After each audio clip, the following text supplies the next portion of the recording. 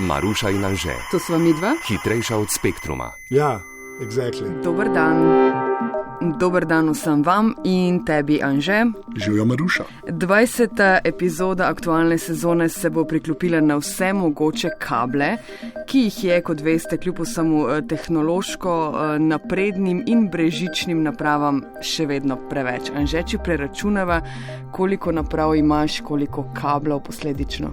Ja, zdaj sem prišel na 3. Da, to je že kar malo. V bistvu Lightning, USB-C, pa ena naprava, ki me še vedno drži nazaj z mikro USB-jem in je pač ne morem zamenjati, ker je fotoaparat. Jaz sem tudi verjetno... Ja. To zdaj, ko imaš novo tipkovnico, ki ima USB-C, tako da ja. In zdaj si predstavljaj en kabel za vse tvoje naprave in predstavljajte si en kabel za naprave vseh sodelavcev. Vse poznate tisto, ko nekdo vkoraka v pisarno s vprašanjem, imaš kabel za telefon? Ja, seveda ga imam, ampak katerega je torej ključno vprašanje? Mikro USB, mini USB, USB-C, Lightning kabel, cela zmeda okrog USB-ja in kablov in danes bo zmedo reševala odbita dobita. Sogovornikom dr. Patriciju Bulič z Fakultete za računalništvo in informatiko. Dober dan.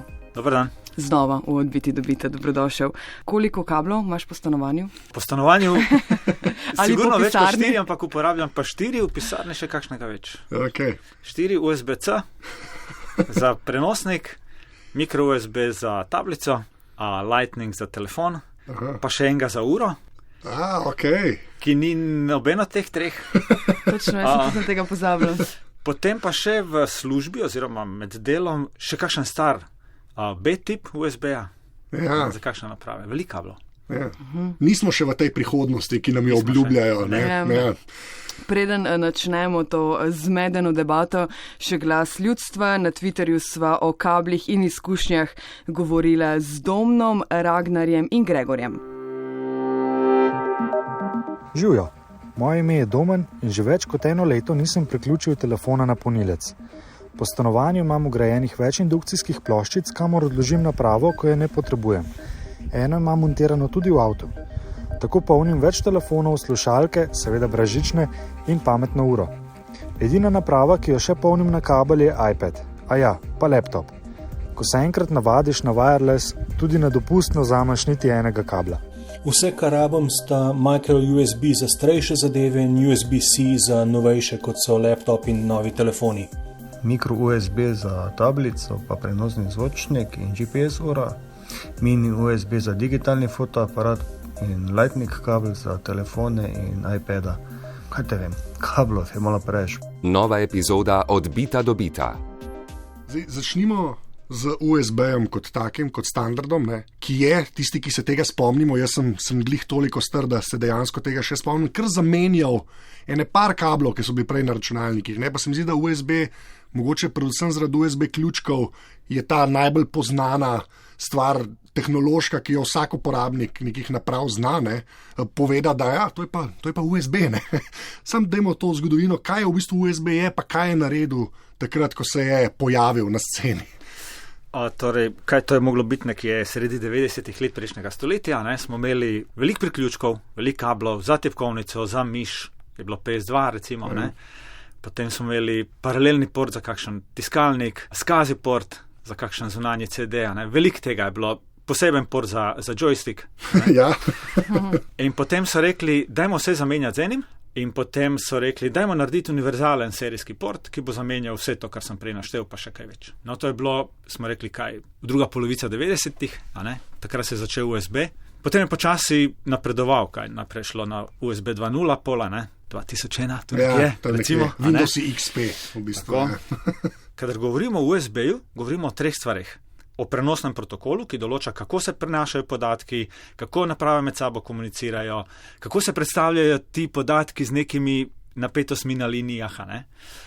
Potem govorimo o kablu, ki ga moramo imeti, in o priključku, torej o 3 stvareh. In res je, danes je veliko zmeda o tem, ker nekdo uporablja ime priključka za nov protokol, kar ni prav v bistvu. Torej, imeli smo USB 2.0, ki je definiral prenosni protokol, imel je prenosno hitrost 480 megabitov na sekundo, definiral je 4-žični kabel, ideja je bila tudi, da se poleg podatkov po kablu lahko tudi naprava napaja, torej da ne potrebuje zunanjega napajanja, zato smo imeli 2 žici za napajanje, 2 žici za prenos podatkov. In ti 2 žici sta se uporabljali za prenos podatkov v eno smer, temu se reče half duplex, to pomeni, da je dvosmerni prenos, vendar samo ena naprava naenkrat v eno smer oddaja podatke. Ne? Torej, ena naprava oddaja, druga posluša, ne? Tako kot se mi včasih pogovarjamo. Definiral je konektor, priključek, A pa B, oba sta bila 4-pinska tudi, torej do te 4 žice.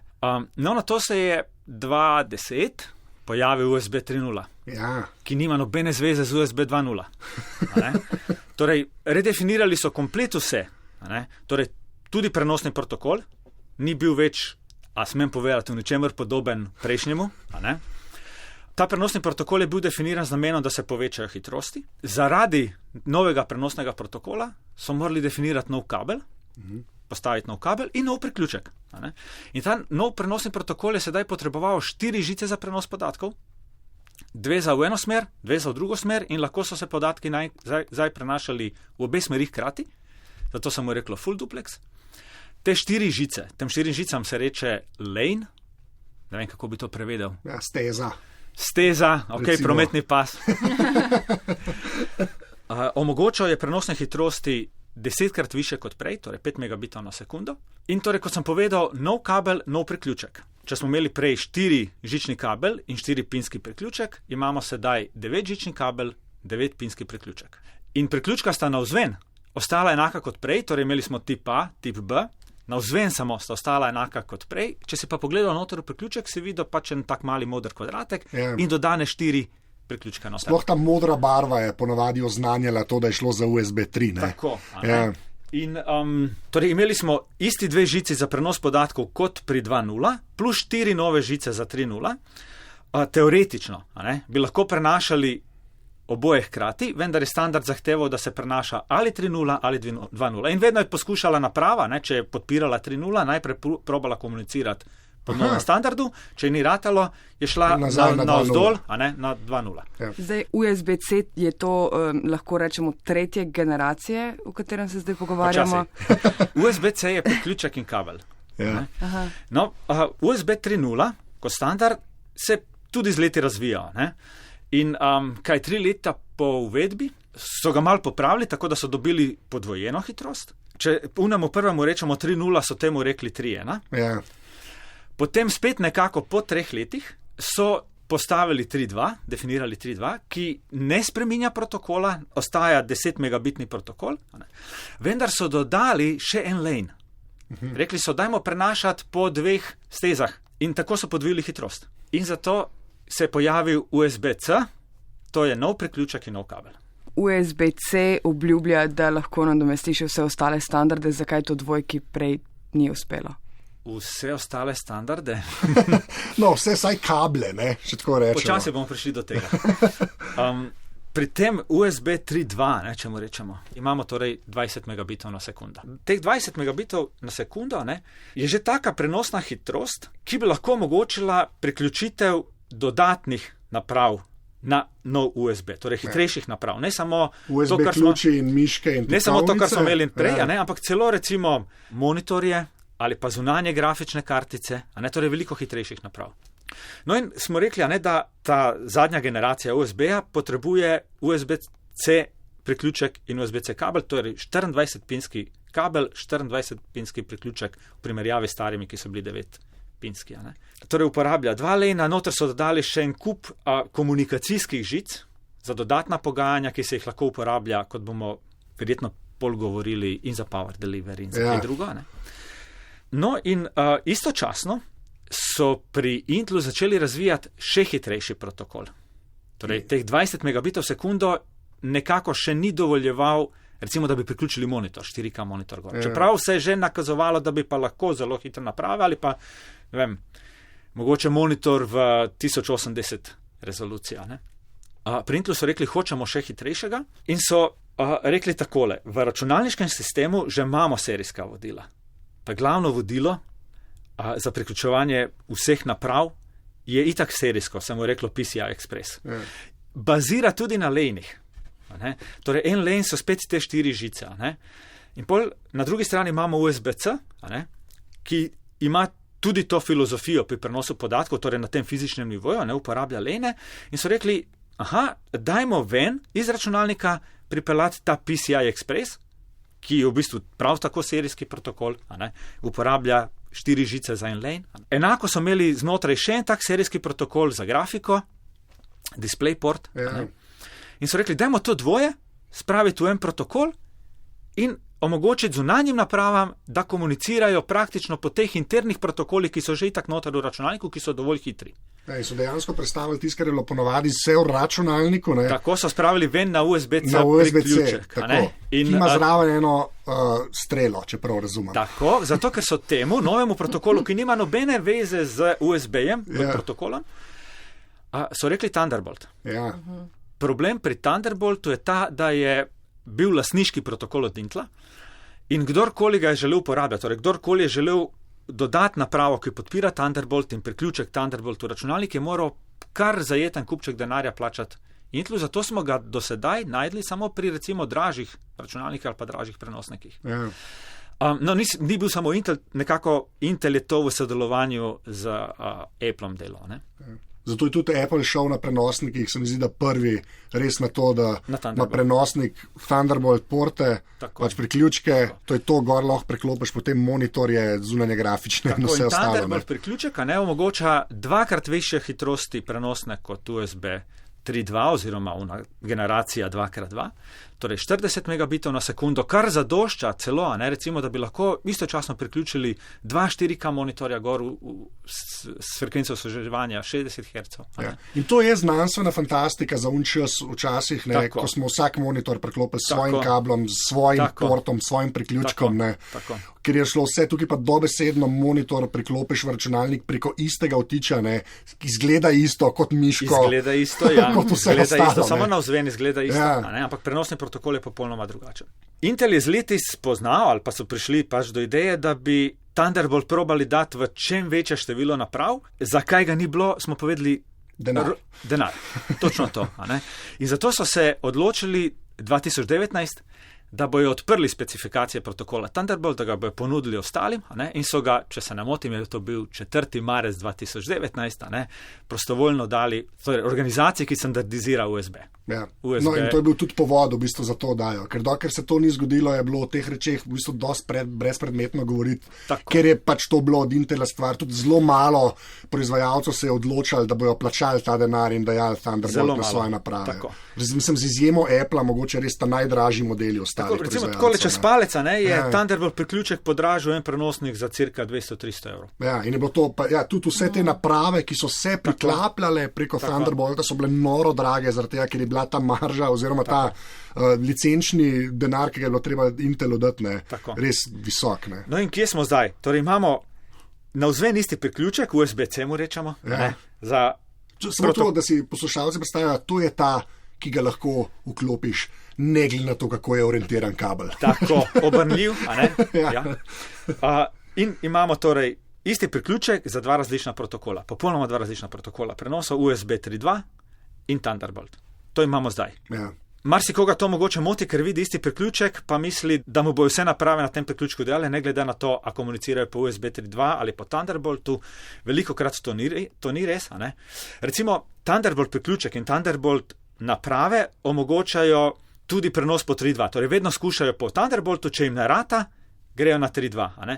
3.2 naprave, USB 3.2 naprave ne morejo iti na Thunderbolt. Ker je Thunderbolt dejansko širša poslovna.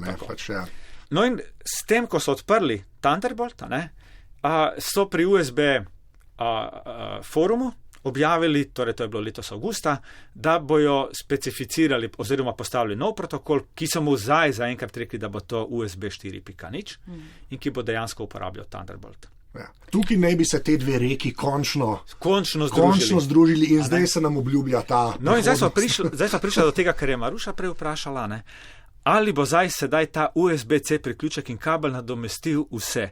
Kaže se, da bo.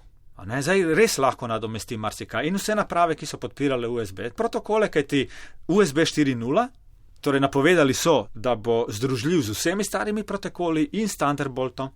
Torej, verjetno bo najprej poskušal s Thunderboltom, če ne gre, bo šel na 3.2, če ne gre, bo šel na 2.0 in tako naprej. Torej, z enim priključkom bomo sedaj lahko vse, res, tako predvidevajo, priključevali monitorje, hitre zunanje grafične kartice celo, marsikaj. Torej, prenosne hitrosti so zdaj res velike, podobne prenosne hitrosti v samem računalniku. Okay. Sem še vedno nečisto vse, če izhajam zgolj iz prakse, še vedno imamo 4 različne kable za telefone. Seveda, zakaj? Recimo razmišljal sem, ali bo res čisto vse zamenjal USB-C. Ne bo, recimo na moji uri ne bo.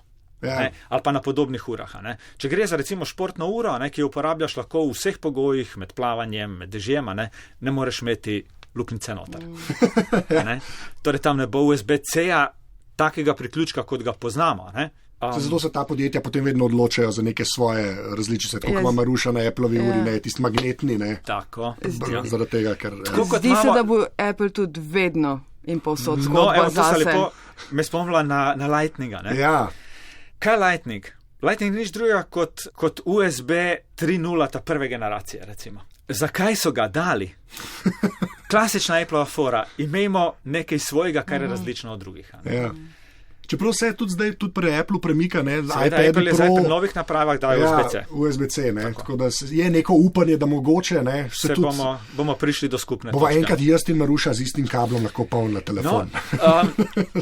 Še en drug razlog je, zakaj se odločajo za USB-C.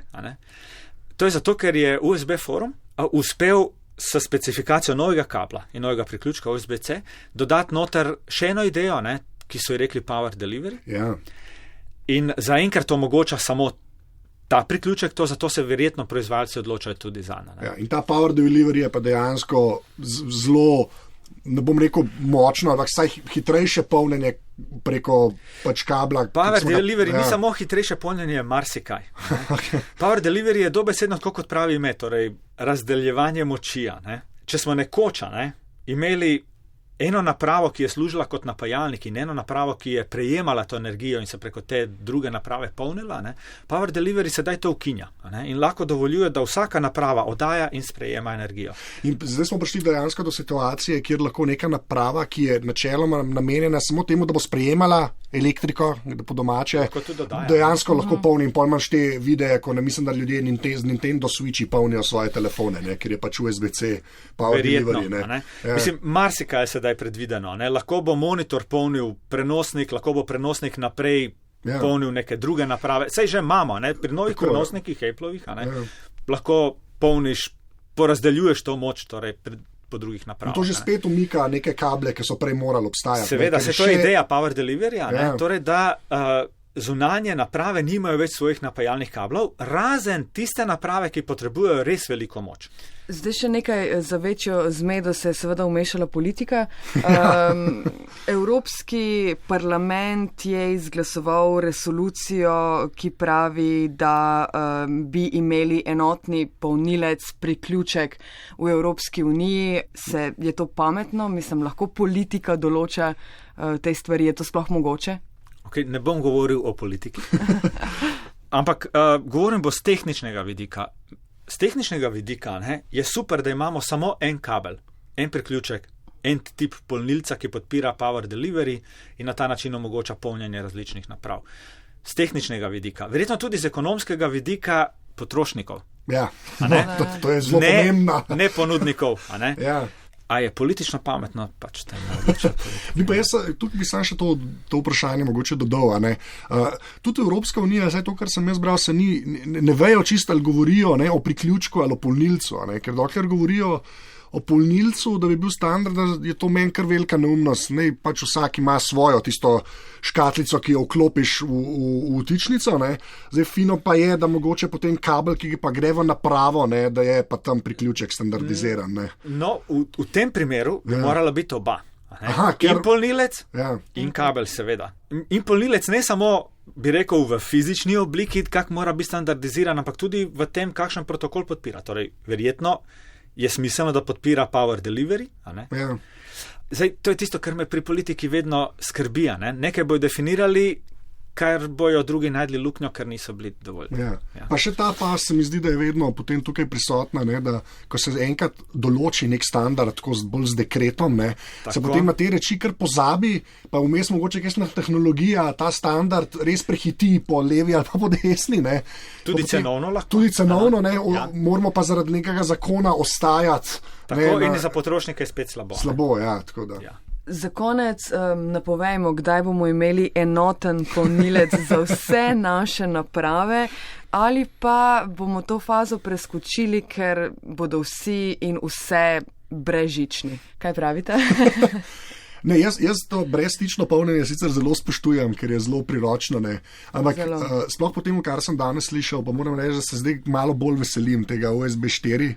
Ne, ker sploh zato, ker sem slišal, da je Intel sprostil Thunderbolt, ne, si pa res malo obetam, ne bom rekel v 2 let, ker je to popolna neumnost, ne, ampak mogoče čez 5-10 let bomo pa res mogoče imeli neke naprave, kjer bomo res vsi, od telefonov do računalnikov, monitorjev, tiskalnikov, vse, kar zdaj priklapljamo na računalnike, mogoče še kakšna nova reč se bo našla, tako kot so zunanje grafične kartice in podobno, ne, da bomo res lahko živeli z enim kablom. Ne, Ja, jaz mislim, da ne bomo imeli ali enega ali drugega načina, torej sobivala bosta še vedno vsaj nekaj časa in bi rekel žični prenos in žično polnjenje in brežični prenos in brežično polnjenje. Recimo, da si upam napovedati, da bomo kmalu imeli samo en kabel. Že to je veliko. Vsaki se je kadarkoli. Vsaj nakazuje se zdaj, ne? Ja. Čeprav tisto, kar je mogoče v tem trenutku še zaskrbljujoče, je, da so prve naprave z USB 4 standardom napovedane šele leta 2021. Ne? To pomeni, da ne bo to tako malo, da bo rekel človek, čez 2 meseca bomo imeli vsi en kabel. Sej veliko naprav, ki uporabljajo še stare USB, bo še vedno veliko teh naprav prisotnih na trgu med uporabniki. In potem se vsi zatekamo k temu adapterjem, ki omogočajo priklapljanje vsemu. Jaz imam čisto vse doma, se mi zdi, ki preklapljajo med USB-C in vsem ostalim. Tako da, ja. Ok, prihodnost je enotna. Patricija Bulič, hvala za te razlage. Anže? Ja, seveda so vse epizode tega podcasta na val202.si poševnica odbita in pa v podcast aplikacijah.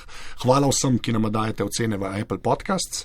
Sicer so pa na Twitterju, ko so skupaj afna odbita, tako da odzive sprejemava tam. Ja, lahko se priklopite torej na odbito brez kablov. Načeloma. To je to. Hvala za pozornost, se slišimo kmalu. Adijo. Čau. Adijo.